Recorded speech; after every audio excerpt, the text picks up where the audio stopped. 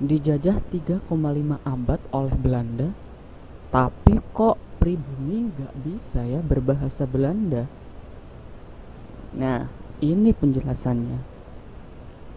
Faktanya, pergerakan perjuangan kemerdekaan Indonesia tidak hanya melawan melalui pemikiran, nyawa, dan harta, tapi bahasa kita juga ikut berjuang melawan bahasa Belanda.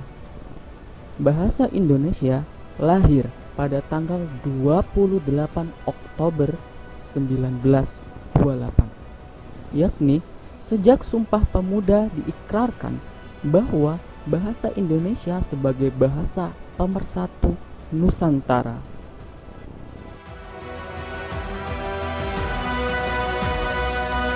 Namun, sejatinya tidak sesederhana itu prosesnya. Sangat rumit dan memusingkan. Namun, sudut pandang kita akan menguraikan fakta-fakta yang jarang diketahui oleh masyarakat secara sederhana.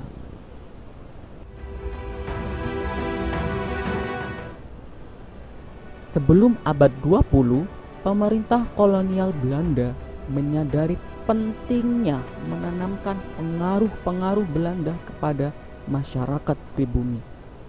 Salah satunya yaitu misi kristenisasi.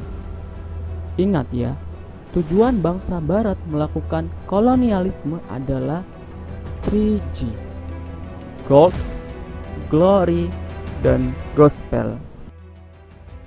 Harus ditanamkan kepada bangsa pribumi. Nah, caranya ya dengan membelandakan pribumi dengan bahasa Belanda.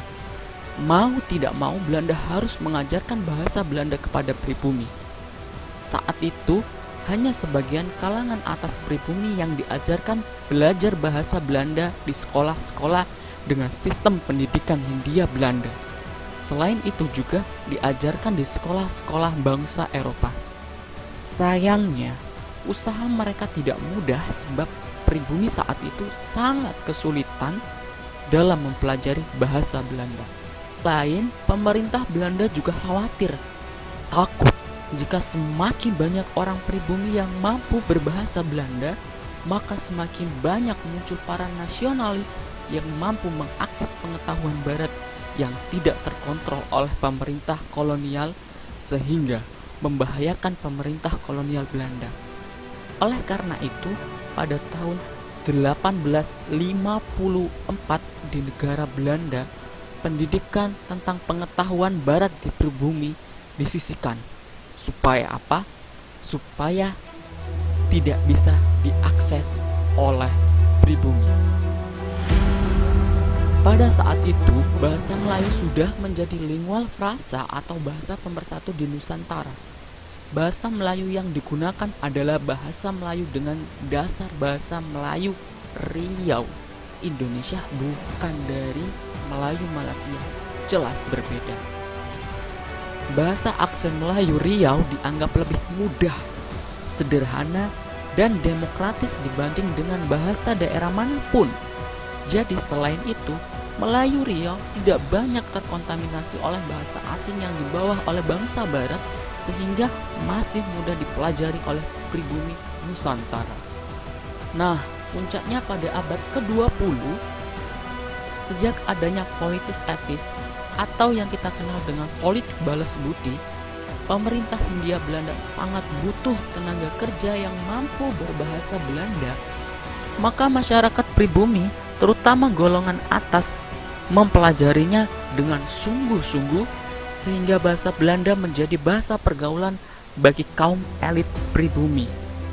Faktor utamanya, orang yang mampu belajar bahasa Belanda dianggap masa depannya terjamin dan lapangan kerja terbuka lebar. Bahkan, adik perempuan Raden Ajeng Kartini sempat menulis surat yang isinya yang seperti ini. Bila saya menguasai bahasa Belanda, maka masa depan saya terjamin, lapangan kerja menjadi terbuka, dan saya seolah-olah anak manusia yang bebas. Raden Ajeng Kartini juga menulis surat di awal tahun sekitar 1900-an. Beliau menuliskan ingin belajar bahasa Belanda dengan sempurna. Sehingga dengan penanya beliau ingin mencari bantuan untuk mengadakan perbaikan bagi kaum wanita Jawa.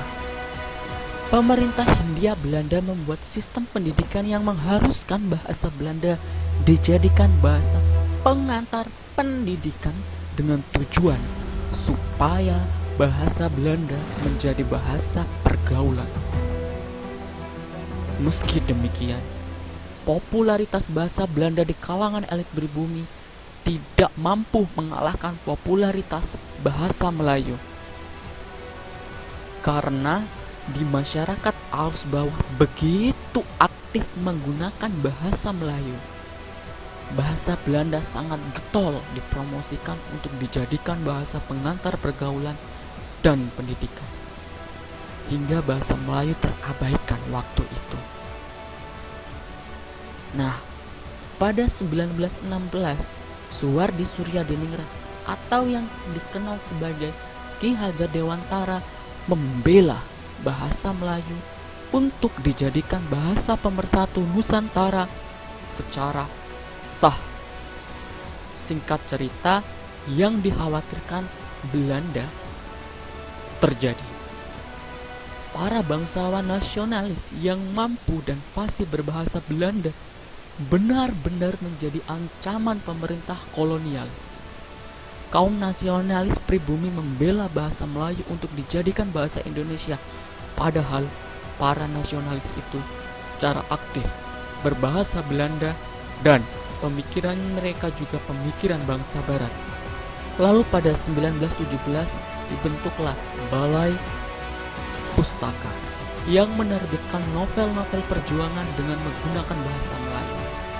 Novel seperti Siti Nurbaya dan Salah Asuhan. Selain itu, buku-buku kedokteran, pertanian, dan banyak buku lain menggunakan bahasa Melayu. Maka makin populerlah bahasa Melayu di masyarakat. Pihak kolonial Belanda mengizinkan buku-buku berbahasa Belanda terbit karena masa itu mereka membutuhkan tenaga kerja yang banyak. Sedangkan pengetahuan bahasa Belanda pribumi sangat lemah, sehingga mempengaruhi komunikasi dan pengembangan pekerjaan pun semuanya jadi terhambat dan lambat. Maka dari itu digunakan bahasa Melayu untuk komunikasi. Nah, sampai pada Sumpah Pemuda diikrarkan dan lahirlah bahasa Indonesia pada tahun 1928.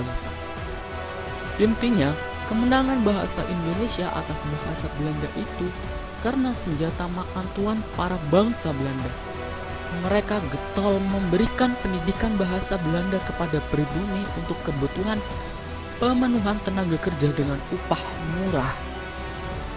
Ketika pribumi sudah mampu berbahasa Belanda, para bangsawan pribumi yang sudah mampu berbahasa Belanda dapat mengakses pengetahuan Barat yang akhirnya melahirkan nasionalis yang keren seperti Soekarno, Muhammad Yamin, Muhammad Hatta, dan lain sebagainya, yang pada akhirnya mereka semua membela bahasa Melayu setelah mencuri pengetahuan Barat lewat bahasa Belanda.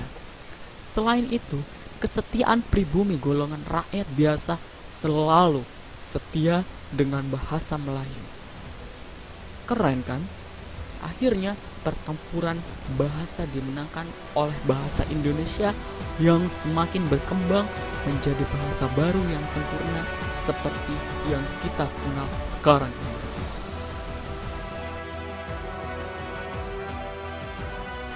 Yuk, freedom of speech dengan sudut pandang kita. Jangan lupa like, comment, and subscribe. Bantu sudut pandang kita dalam mengembangkan channel ini.